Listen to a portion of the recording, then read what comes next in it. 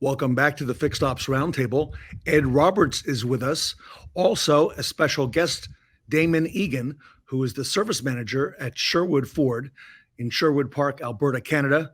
Ed and Damon, welcome back to the Fixed Ops Roundtable. Hey, thanks for having us. Thanks, Ted. So this is a treat, Damon. What brings you to Ed Roberts' neck of the woods? Well, I'll answer that first and I'll let him answer it. He's from Alberta, Canada, and he just got done with the winter there. And here we are in May, and he wanted to finish thawing out down here.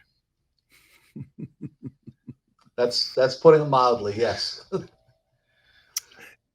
Damon, I know you oversee the day-to-day operations at Western Canada's largest Ford dealership, and you're known as the service fixer. If it's okay, I'd like to ask you both some questions today, because I think what you're both known for is pushing the boundaries of what's possible in automotive, especially in fixed operations. So, Ed, if it's okay, let me start with you a little bit. Your team is well known there. We've got an acronym, Best Team on the Planet, BTOP. You've got a compelling story. You've had extraordinary growth. Ed, give us a little bit of the lay of the land. How did that all come about? And then, Damon, I'm going to come to you for the same thing. Well, we've certainly been blessed, and the key to any great organization is having great people. And we've built a foundation here to be able to grow our own people. And so we have a pipeline. We work with the trade schools. We just donated some vehicles to them a couple months ago. And we work with them to give us the foundational kids. And then we take them and run them through our programs here, whether it's for a technician, for a advisor, for a salesperson. We run them through our Beaux-Arts University. And it really allows us to grow the people that we desire to carry out our brand. And Damon? We're really trying to emulate what Ed and his team are doing here.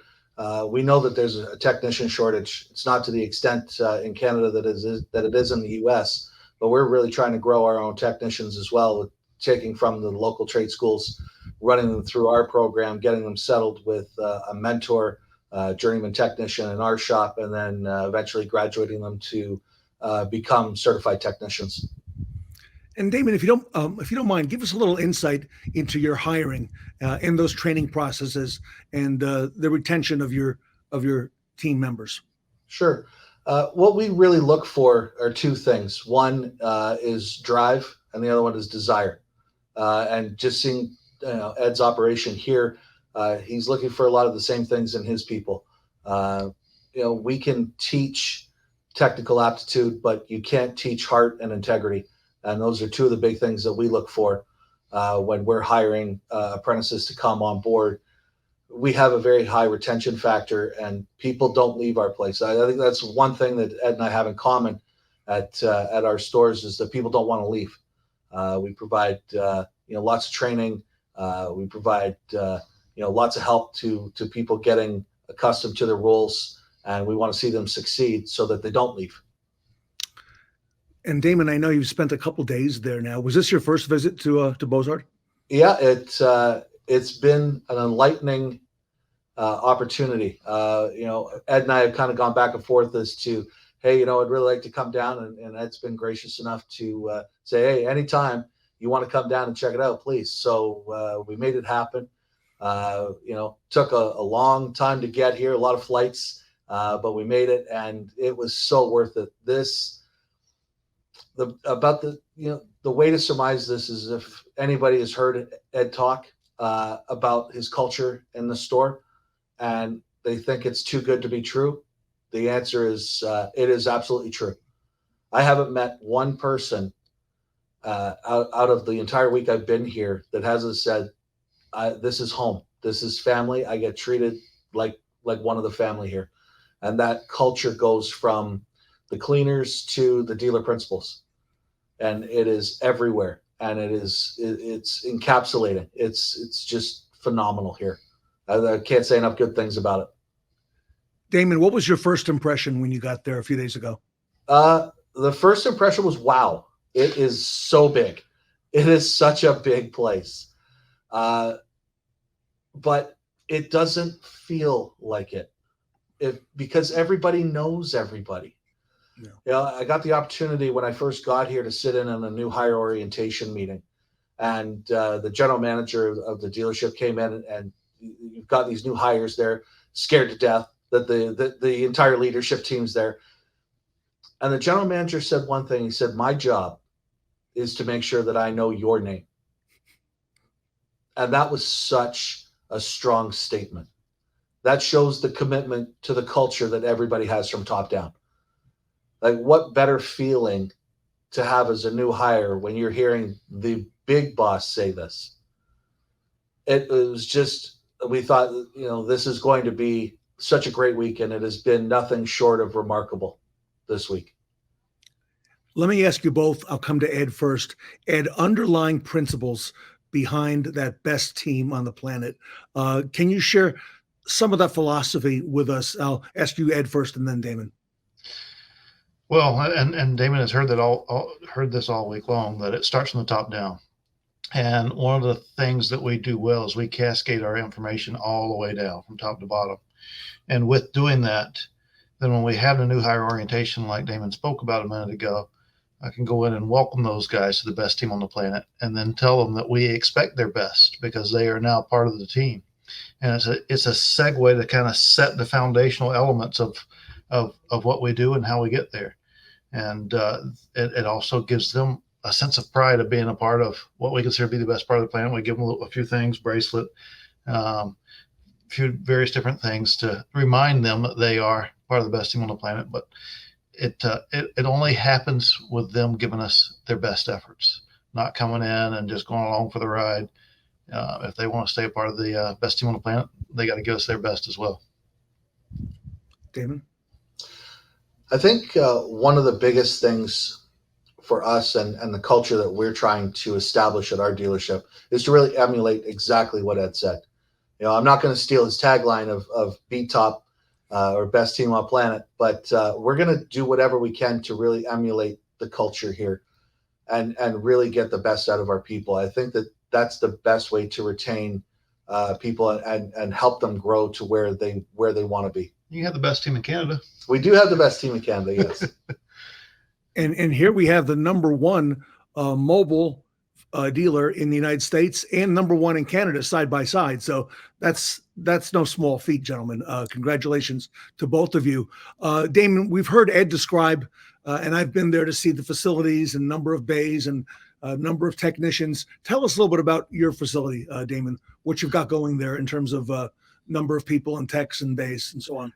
Yeah, it's a large facility. I mean, it's not quite to the size of this one, but we do have 52 bays. We've got 45 technicians, 11 service writers. So we've got a big operation. We're doing about 3,000 work orders a month. We try and push the boundaries of what a service department could be. With mobile service being relatively new in Canada, we were the first ones to jump on that. We run a night shift.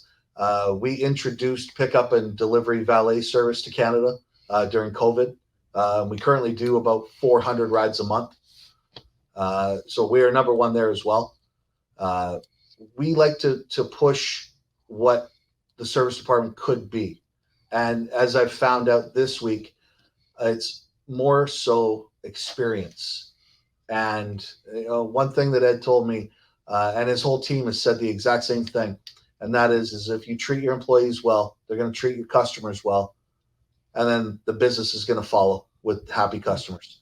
And I'm going to take that back and post it everywhere that I can, because I think that's such a powerful statement to the entire team. Yeah. For the audience there, listen to what was just said. You got the number one dealer in this nation, the number one dealer in Canada in mobile. Damon's focusing on night shift and focusing on pickup and delivery. Those are touch points that create experiences that we need for all of our customers. So here now, instead of just hearing it from me, you're hearing it from two dealers that lead the way in two different nations. And so it's the things that we need to grasp a hold of and look at things through our customers' lens. And when we do that, we all win. I'm sure that Ed has shared with you the two-person teams, Damon, that he's got going there at Bozer. What are your thoughts about that, Damon? I absolutely love it. And we're going to be instituting a number of things when we get back to Canada. And that's one of them. I think it's an absolutely fantastic idea because It's not me pushing for more productivity or more of this or more of that. It is the team pushing each other to get better at what they do, to be the best in class, to be the best in their field. And I think that, that's how a real team goes. We try and prop it up with, very radical candor between our team members, that they can call each other out if somebody's not doing their job. But this is on a different level, with the two-person teams. We just mentioned you're both respectively number one, okay, U.S. and Canada. Gentlemen, how do you push yourselves to win? How do you push yourselves to constantly go to that next level? And I got to ask you that first, and then Damon, because I know you're both known for that. So I'm always looking for what's next. We can't rest on where we're at, because if you're number one or you're number 10, everybody's chasing you, or everybody's trying to pull away from you. And so you always got to be looking for that next thing. And we want to look at it through our customer's lens. And anytime we can remove friction between how our customer has to do business with us, then we win and we continue to get better. So we're always looking to remove friction. There's always opportunity to get better. And we're always looking for that next element of what can we work on next. So we may still have some things that we're working on right now, but we know what's next. There's never a point where we don't come in and try to strive to get better. We strive to get better every single day. Damon? Yeah, we like to approach it as every day is day one. And to Ed's point there about friction, we pride ourselves on really having a frictionless process. We all know, we've all been in the business long enough that customers don't want to come to our dealerships, no matter how beautiful they are or no matter how good the coffee is. They don't want to come. We are very firm believers that time is the new currency. And if we can give that customer more time with their family or to work or projects or whatever, then we're going to do whatever we can. So we're going to make it as easy and as frictionless for the customer as possible. That's why we're really trying to emulate what Bozart's doing with their mobile service, to go out to customers and not have them at the dealership. And I will tell you that he's got a few more challenges than we have on mobile service, because we don't have to scrape off 20 feet of snow before we can get rolling. Yeah, I've tried to explain to these guys, Ted, what minus 50 feels like when you're changing out batteries. They don't seem to understand it here in Florida. Ooh, yeah, that's quite a concept. Damon, what are maybe one or two takeaways that you learned about the remote services operation that Ed is running? I don't even want to ask him how many vans he's got and how many, because I know the number just keeps going up. But what are some of the things that you spotted early on? I think the biggest takeaway for me and what we're going to emulate in our process is that we're going to be doing a lot more diagnostics on the road and not clogging up the shop with some low value or low ticket items that we can do mobile. I think that's going to continue to grow. That's going to bring in the high ticket items to the shop and continue our technicians getting better at what they do and creating more productivity. So that was probably one of the biggest takeaways that I took away from this. Damon, do you see continued growth in the remote services area, pickup and delivery, and going to the customer with the mobile service vans? Yeah, I think that we could get to about 100% growth in mobile service in 2024 over what we did in 2023. Currently, right now, for pickup and drop off, we're at 26% of all of our work orders, being pick up and drop off. I'd like to take that number to 60%, and be really aggressive with it. I think it's a great value add for customers. That's what customers are looking for now. They're looking for convenience. They're looking for frictionless touch points. Ed, some of this sounds familiar, Ed. Let that sink in a minute. He says he's going to grow his mobile service business by 100%. And he was already the number one mobile servicing dealer in Canada last year, and is going to double it. And then that 26%, he's either handling with mobile service or he's doing pickup and delivery. That means 1 out of 4 customers never even have to come into a store. That's huge. but he also has the mindset of getting it to 60% this year. So the opportunities are endless, and that's what it takes to create loyalty today. We can say that our product does it, or they're loyal to me, or they're loyal to whatever. They're loyal to convenience, and that's why everybody's so loyal to Amazon. They meet you at your doorstep. They meet you where you are. They meet you at 2 o'clock in the morning. Those are the things that we had the opportunity to do is meet our customers where they are. Last question for today, gentlemen. What advice do you have for our audience, the dealers and managers who are watching and listening in? We're 2023. We're going through it real quick, and before we know, we'll be at mid-year. What advice would you give to the folks watching today in terms of things they need to be aware of and doing? So, a lot of us have been looking at mobile service and saying, "Well, wait and see what happens there," and we can do that. You can, and play catch up later on. The reality of that is our customers already want it. And if you don't provide it, somebody else will provide it for them. And you don't want to lose your customers first. And one of the big friction points is, who do I put out there? I can't even fill my shop with the technicians that I have. Well, you don't need to put an A or a B technician out there. If you're doing some diag stuff, yes, you need a little higher skilled guy out there. But as a rule, you're doing repetitious stuff in field. And when you can take that stuff out of the shop, then you can keep your more valuable stuff in there.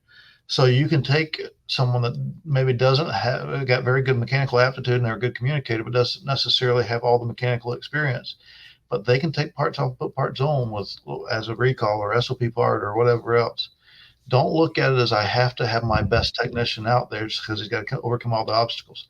That's not the work we're doing in field. So I challenge you guys to not continue to wait and look out and see what happens with it, because it will leave you behind in a hurry. Step out there and meet customers where they are. Great advice. And Damon? I'm going to go back to the first day that I got here and having a conversation with Ed. And I was explaining some of the challenges that I was having. And he said, think of it like this. Right now, you're standing in a box. And he's laughing because he remembers this story. And I've been, too often, service managers are stood in a box. We sit in our office, we look at reports, we look at numbers, and that's all we do. Get out of the box and meet your people. Understand your people. See what their interests are, what drives them, and remember that. Remember about your people. It's all too often we get hung up on the metrics of this business. And the entire week that I've been here, I haven't heard one person talk about numbers or effective labor rate or gross profitability, because they're more concerned about their people than they are the numbers, because the numbers will come when you take care of your people. So step out of that box and go and meet your people. Ed, do you want to have the last word? That's great advice. A lot of times we get caught up in our office doing different things, and we need to look at those things. But those things have already happened. They're lagging indicators. And if we want to lead from the front, we have to dance with the things that puts those things as results. And so you're either working with lagging indicators or you're out leading the way with the leading indicators. So take the opportunity to step back a bit and go out and connect with your people and dance from the front. And when you do, what lags behind is a much better result. Two great leaders here with us today, number one in the U.S. and number one in Canada, and now number one in mobile in the U.S. and number one in mobile in Canada. And I would say that the proof of concept is behind us now. Absolutely. It's time to get on program and go. Ed Roberts and Damon Eagan, thank you so much for your time today. Thank you, Ted. Thanks, Ted. Everybody, Ed Roberts from Bozart Ford Lincoln, Damon Eagan from Sherwood Ford, here today at the Fixed Ops Roundtable.